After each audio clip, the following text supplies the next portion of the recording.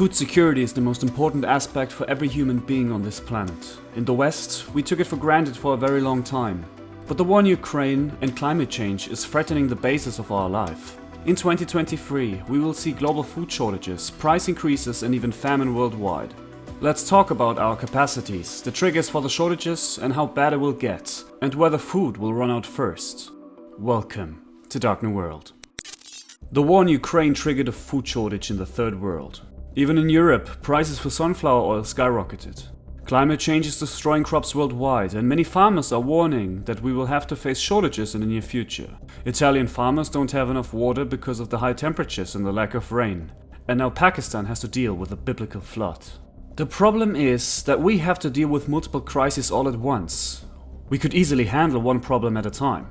Send help to Pakistan, deal with the drought in Italy, stop the war in Ukraine. But the reality is, we have to face everything at once. And unfortunately, each crisis makes the others worse. The downward spiral we are currently in is exactly the consequence of too many fires and not enough resources allocated to handle it correctly. So, what does this have to do with food shortages? Overpopulation, a topic that I will cover in a future video, is a huge problem for all of us. Because it ties directly into yet another problem, climate change. So, and I hope this isn't too confusing here, but the fact that we keep feeding 8 billion people is causing climate change that will, from now on, diminish our crop returns. End to end, the industrial food system is the largest industry in the world and the most destructive, responsible for more than half of all global greenhouse emissions. It is the primary driver of global warming and global ecosystem destruction. And now, climate change is restricting the agricultural sector, and this unsustainable system is coming to an end, globally. Climate change can be felt now. Slowly, but it's here. And now our agricultural output will decline, which means that worldwide, people will suffer and have to go to sleep hungry. 1 in 9 people around the world suffer from hunger today. But with megatrends such as climate change and rapid urbanization making their impact felt on the food system, it will only become more difficult to ensure affordable, nutritious food for the world. Changes in weather patterns due to climate change and land degradation, for instance, could lead to drastic declines in agricultural yield, to the point it would require an additional 75 million hectares of farmland to make up for the shortfall. Rural-urban migration and rising income levels will mean fewer farmers to till the land, and less space for growing crops as arable land gives way to urban development. Urbanization has also been linked to increased rates of meat consumption and higher calorie intake per person, increasing the need for the world to produce more calories to keep up. And in places where food shortages already led to crises, the World Food Programme cannot intervene anymore. 20 years ago, the UN could step in and try to help those in need. In today's political climate, many third world countries will be on their own. The World Food Programme does not have the money to aid the 345 million people facing hunger, with the organization suspending efforts in some regions as their funds dry up. Such is the case in South Sudan, where, while the World Food Programme admits the country faces the worst year in terms of hunger since its independence in 2011, the organization decided in June to only target 2/3 of the starving nation, as it ran out of funds. Many people believe that we are already in a food crisis this year. But today's crisis is a different type of shortage. It's a logistics problem this year. It could be a supply problem next year. The main reason for this year's food shortage is a logistical problem related to shipping Russian and Ukrainian grains out of these countries. However, next year's food supply could be at risk, especially in Ukraine. The Russian invasion of Ukraine threw a wrench in the annual farm cycle. Also disrupted the spring sowing season between April and May.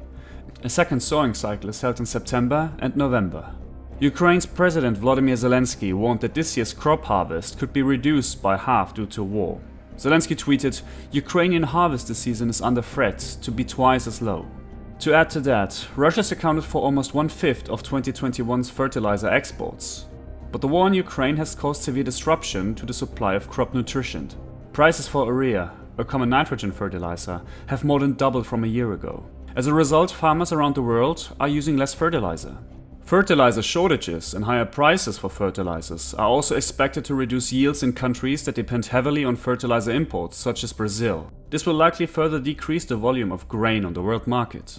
The war in Ukraine has exacerbated the problem because of Russia's outsized role in the world fertilizer market. It's the world top exporter of nitrogen, the second largest supplier of potassium, and the third largest exporter of phosphorus. Since its invasion of Ukraine in February, shipping costs and energy prices have gone up.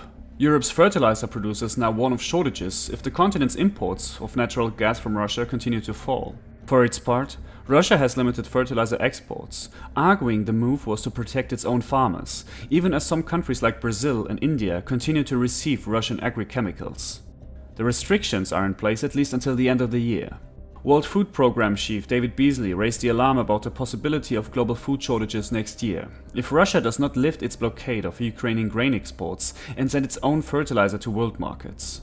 He said, "And that's going to be a crisis beyond anything we've seen in our lifetime."